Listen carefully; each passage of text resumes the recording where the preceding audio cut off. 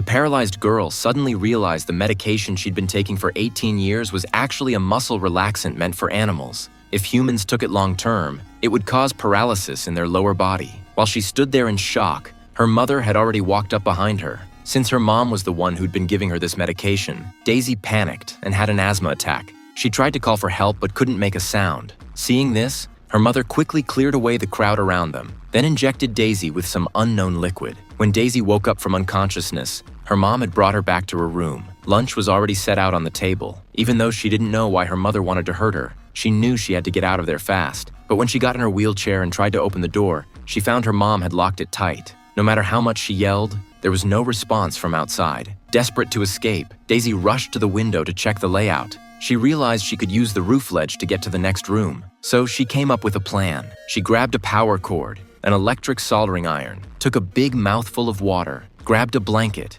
and climbed out the window, driven by the will to survive. Despite her paralyzed lower body, she struggled with everything she had and finally reached the neighboring window. She quickly plugged in the soldering iron. Once it heated up, she pressed it against the glass, bringing it to an extreme temperature. The next second, Daisy sprayed the water from her mouth onto it. The thermal shock shattered the glass instantly. Then she laid the blanket over the broken glass and made it into the next room. But before she could celebrate, her asthma suddenly kicked in. She desperately needed her medication now. Daisy rushed back to her room, and just before she was about to pass out, she grabbed her asthma medication. Once she'd recovered enough, Daisy got in her wheelchair to escape. But right then, the lift suddenly broke down. Someone had cut the power cord. Realizing her mother was planning to trap her there for good, Daisy made a shocking decision. She pushed the wheelchair down the stairs and tumbled all the way to the first floor. Luckily, Daisy only got some scrapes and bruises. But then she made an amazing discovery. Her toes suddenly had feeling. It turned out that ever since she'd learned something was wrong with the pills,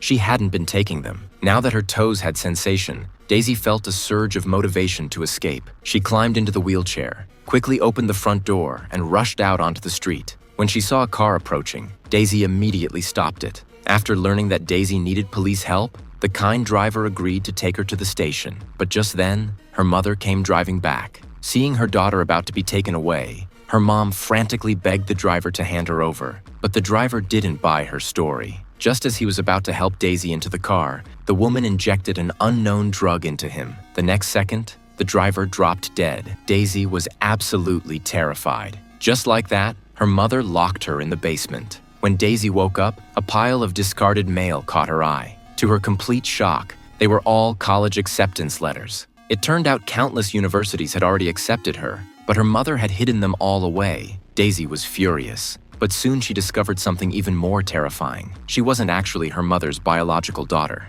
After finding a child's death certificate, Daisy instantly realized she was a stolen child, taken by this deranged woman. A newborn child tragically died at birth. To cope with her grief, a deranged mother stole someone else's baby from the hospital. She then used drugs to recreate all the symptoms of her deceased child on the stolen baby, Daisy. When Daisy discovered the truth, she was devastated. She never imagined that the mother who had always cared for her was a fraud. Suddenly, the deranged woman approached. Realizing her secret was exposed, she stopped pretending. First, she apologized deeply to Daisy. Then she turned around and prepared a mysterious injection, planning to turn Daisy into a helpless invalid confined to bed. Daisy was terrified. She quickly hid in a small room behind her and locked the door. The woman tried using sweet words to trick Daisy into opening the door. Little did she know, Daisy had already spotted rat poison in the room. Sure enough, when the woman broke down the door, Daisy shoved all the poison into her mouth. She had realized this psychopath wouldn't let her die easily, so she decided to take this desperate gamble. Daisy was rushed to the hospital for treatment. Fortunately, they saved her in time. The drugs she swallowed hadn't taken full effect, and Daisy's life was spared. To escape the deranged woman's clutches, Daisy used her eyes to signal for help when the woman wasn't around. Seeing Daisy staring at the pen on her body, the nurse realized Daisy wanted to communicate and handed her a notepad. But before Daisy could write her plea for help, an alarm suddenly blared outside. Clearly, this was another one of the woman's schemes. Sure enough, the woman soon burst into the room, pushing Daisy's bed as she prepared to leave the hospital. Though Daisy kept pleading with her eyes, no one around her noticed the subtle changes in her expression. Luckily, the nurse returned to the room and spotted the cry for help Daisy had written on the notepad. The nurse immediately called the police. Hearing the announcement, the woman panicked instantly. She was about to push Daisy into the elevator when she suddenly realized she couldn't move the bed at all. It turned out that because Daisy hadn't taken her medication in days, her legs had gradually recovered, and she was firmly planted on the floor. Just then, security guards rushed over. The woman tried to resist at first, but was shot in the shoulder and tumbled down the stairs.